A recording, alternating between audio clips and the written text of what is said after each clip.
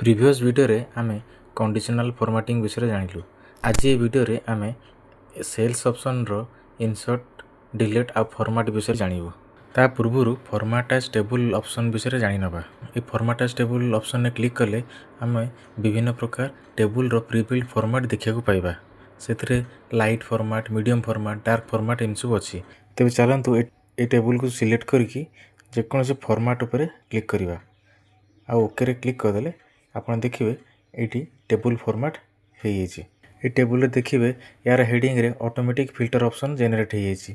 आ table को normal data रे पुणी आनिया को हेले डाटा टाउ सिलेक्ट करके कन्वर्ट टू रेंज रे क्लिक कर देले यस कर देले ये नॉर्मल रेंज को पळे आसीबो। जदि मो एही टेबल रे गोटे सेल किंबा रो ऐड करया चाहिबी मो एमिति सिलेक्ट करिकी ताको माउस द्वारा ड्रैग कर देले एटी गोटे सेल कि रो ऐड हे जो। किंतु तेरे प्रॉब्लम होची हमरो एडिटिंग रे इफेक्ट पड़ुची। ए जगह रे किछि एडिटिंग रा को मिसिंग हे जाउची। एठी इंसर्ट ऑप्शन साहाय्य रे हमें सेल इंसर्ट करि परिबा, रो इंसर्ट करि परिबा आ कॉलम भी इंसर्ट करि परिबा आ एडिट रे भी किछि इफेक्ट पड़िबोनी। एठी इंसर्ट सेल रे लिखा हैछि शिफ्ट सेल्स राइट। एठी ओके कले देखिबे हमरो ए सेल पूर्व रे गोटे सेल ऐड हे आ डाटा राइट को ड्रैग हे आ जहाँ भी सब एडिट किसी इफेक्ट पड़नी सब edit same as it is रही।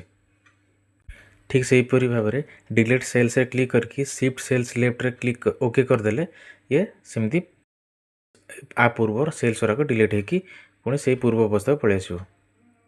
ये इंसर्ट सीट रोज रे क्लिक कले गोटे सीट ऐड हो। ठीक से हीपरी भाव में आमर इंसर्ट सीट कॉलम्स रे कले गोटे कॉलम्स ऐड हो। आउ इंसर्ट सीट रे क्लिक कले से सीट पूर्व आ गोटे सीट ऐड हो, नुआ सीटा ऐड हो। आ ठीक से हीपरी भाव में आपन जो सीट ऐड करचंती जो रोज ऐड करचंती डिलीट ऑप्शन साहाय्य से को डिलीट भी करि परिबे। एबे फॉर्मेट ऑप्शन विषय जानिबा। एठी जे कॉलम रे मो पिला मानकर फोटो ऐड करियो चाहूची एही एरिया को सिलेक्ट कर देबी। रो हाइट रे 51 करिकी आउ कॉलम विड्थ रे 10 कर देले हमर फोटो पाई इंसर्ट करिया को एमती कर देले सेल रो साइज बड़ हो जिवो आ एठी फोटो इंसर्ट भी करि हबो। ठीक से परि भाबरे टेबल रे जो टेक्स्ट रो स्पेस अछि ताको फिट करिया को हेले हमर पुनी फॉर्मेट को जाई ऑटो फिट रो हाइट कर देले सब पूर्व अवस्था को फिट हे माने टेबल टेक्स्ट फिट हे जिवो। परि भाबरे ऑटो फिट कॉलम रे क्लिक कर देले हमर कॉलम भी फिट हे जिवो। जदि टेबल गोटे रो को आप हाइड करने चाहते से रोटा को सिलेक्ट कर देकी आमर हाइड रो रे क्लिक कर देले गोटे रो हाइड हो। ठीक से हीपरी भाव में आपड़ कॉलम भी हाइड करें। सीट को जदि हाइड करने चाहते से सीट रो एक्टिव सीट रे हाइड सीट क्लिक कर देले से सीटा हाइड हो।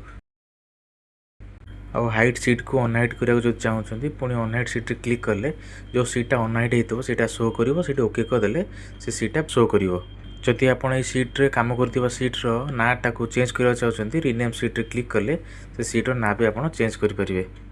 धरंतु मैं सीट 1 क्लिक करिकी क्रिएट कॉपी ऑप्शन रे क्लिक करी ओके करूची तले गोटे नुआ कॉपी टे ऐड हे जिवो से सीट रो आ गोटे कॉपी तयार हे जिवो। एवं ए टैब कलर ऑप्शन रे आपड़ से सीट टाको आपड़ निजरो मन पसंद रो कलर भी करि परिबे। आ protect sheet lock cell format cell ए सब विषय में पूर्व वीडियो रे सब पढ़ी सारी आपन पूर्व वीडियो रे देखि परिबे।